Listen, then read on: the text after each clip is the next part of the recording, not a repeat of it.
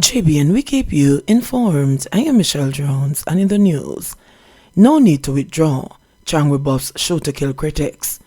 Minister of National Security Dr. Horace Chang says he is standing by his comments that the police should shoot to kill when confronted by gunmen.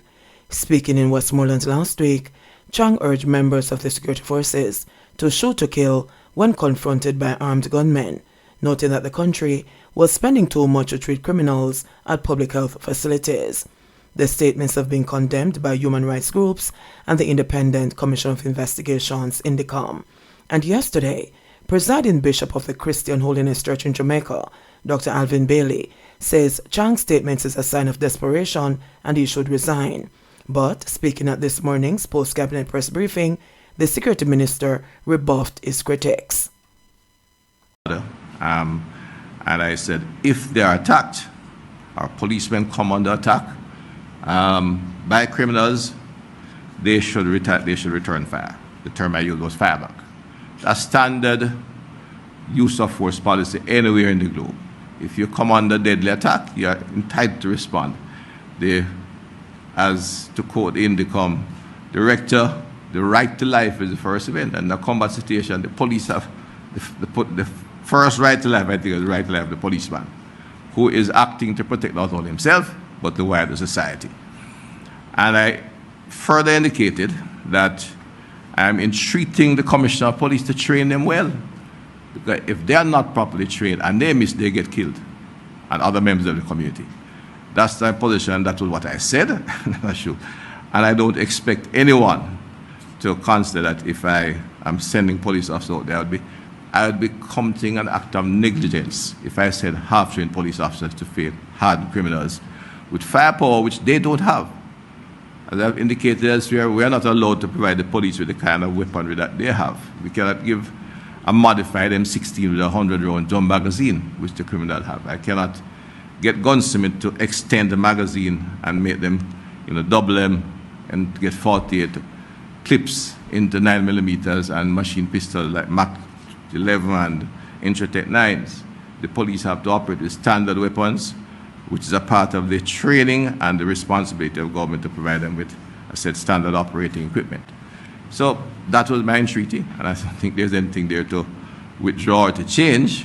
It was felt the circumstance I said it would stimulate the police officers to take maybe unusual action. I don't think so. I think the training in the police force now is adequate, strong, and is creating a force as a force for good, but a highly disciplined operation. There are the exceptions. We are now 13,000 men and women, and what you have is overall a strong, effective police, strong, good police force with a few miscreants in there which we are moving to get rid of. And we appreciate the help of the other agencies who are over. $32 million stolen from Beaches Stout bank account. Murder accused Everton Beaches Stout McDonald has fallen victim to fraud after more than $200,000, approximately 30.3 million Jamaican dollars, was taken from one of his bank accounts. The raid on the account, which is jointly held with another complainant, comes as a Portland businessman languished behind bars. McDonald has been in custody since August 2020. He is charged with the murder of his first wife, Merlene Petal McDonald, in May 2009, and his second wife, Tony Hamilton McDonald, who was killed on July 20, 2020. Prosecutors allege that the two youngsters, Romaine James, 22, and Demar Bryce, 21, conspired to commit the offences. The men were placed before the Kingston and St. Andrew Parish Court yesterday for breaching the Proceeds of Crime and the Larceny Acts. James, unemployed, of a Manchester address, and Bryce, a backhoe operator for Clarendon address, are charged with simple larceny, conspiracy to defraud, engaging in a transaction that involves criminal property, and possession of criminal property. They were not required to enter any plea yesterday. The matter was adjourned until October 13 for mention, and Judge Lauren Cole Montague made an order that a disclosure be made available by September 21.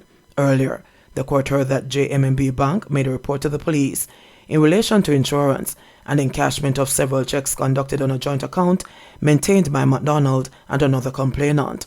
The bank, during a review of the joint account, found that the telephone number and email address on file was changed after a request was submitted. A renewed driver's license was also submitted for McDonald. The bank subsequently received several telephone instructions for checks to be prepared in the names of James and Bryce. Further allegations indicate that the accused conspired between July 9, 2021 and June 8, 2022 and had checks totaling $215,300, approximately 32.7 million Jamaican dollars, made payable to them. The checks were allegedly in cash at various branches of the bank. Investigators said that a statement was recorded from McDonald and the other complainant, both of whom denied conducting the transactions. Uncle stabbed to death during dispute with nephew over radio. A man is dead and another in hospital nursing stab wounds, following an altercation that developed between the two on Tuesday morning. Both men, uncle and nephew, became embroiled in a feud after the uncle, now deceased, accused his nephew of stealing a radio from him. The dead man has been identified as 63-year-old Maurice Swaby, otherwise called Fuzzy, from Chateau District in Clarendon. According to eyewitnesses, about 11:30 a.m., Swaby approached his nephew and began inflicting wounds with a knife. The 22-year-old nephew ran in a bid to escape the onslaught, but his uncle gave chase with both a wrench and a knife. The incident occurred along the Paisley Main Road in the parish. The man will go him 3 points at just same time, cause we are warning from man when him come say him go kill the man. See how foolishness that, him for low that. Him go up on a truck and come back, and just start put and stab on the youth. The youth run him out and run at the lane, till it end up that the youth have to defend himself, cause a female tool kill him, a knife and a monkey wrench, one eyewitness recounted. After him run on the youth have stolen the easy mouth, but him a running same way, and he get the youth 2 more stab, and then the youth hold him and them start rust and them drop a ground. When them drop, the youth take with the wrench on him, and the youth nobody ease up. The youth give him the wrench, although him a bleed, related another eyewitness. The police was summoned, and upon their arrival, Swaby was seen on his back in a lane in a pool of blood. He was clad in a pair of black jeans pants, multicolored shirt, and a pair of black boots. The scene was processed, and a black handle knife, a red wrench, and 2 stones were removed for processing. A monkey wrench was later found in a culvert along the Paisley Main Road, the police said. The uncle was pronounced dead at hospital, while the nephew was admitted in stable condition.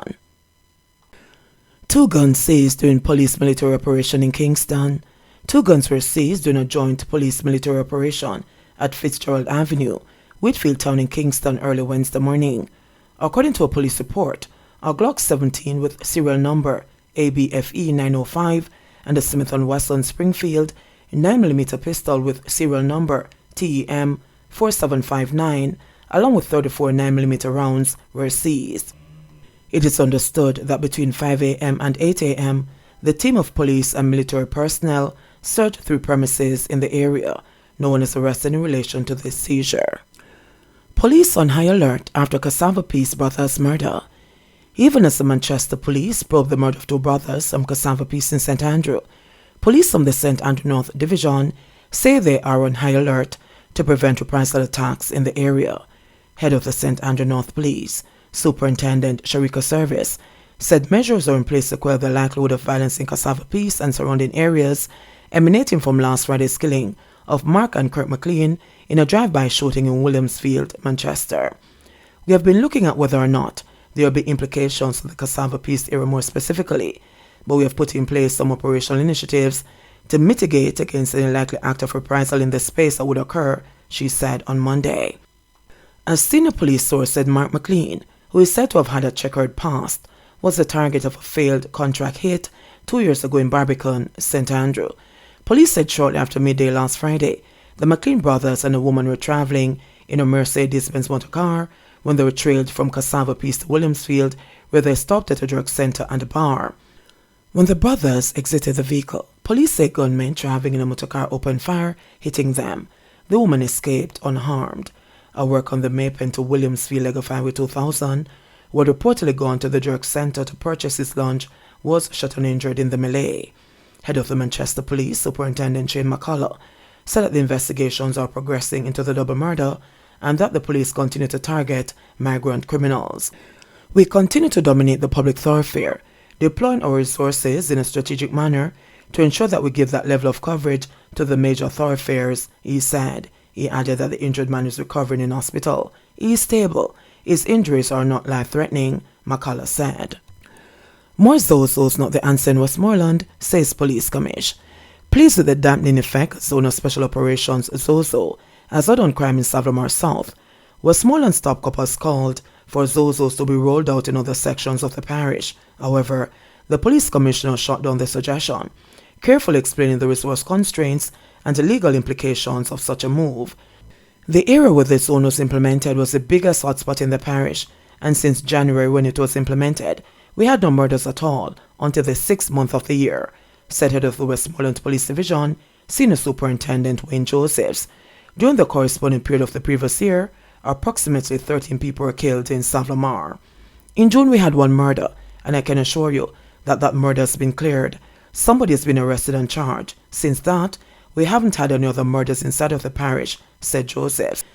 He was referring to the June 30 killing of 17-year-old Jerry Francis, otherwise called Jay, of a Rickett Street address. Francis was found dead in a yard with multiple gunshot wounds to his upper body.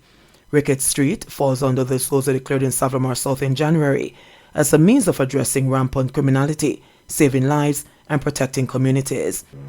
The other communities covered are Russia, Darling Street, and Dexter Street.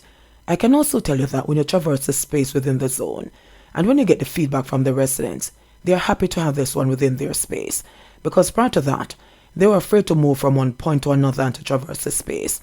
But the feedback that you get is that they're happy to see the security forces, and I believe it is something that should be replicated in other places going forward, said SSB Josephs during last week's media briefing at the Police Division headquarters in Lamar.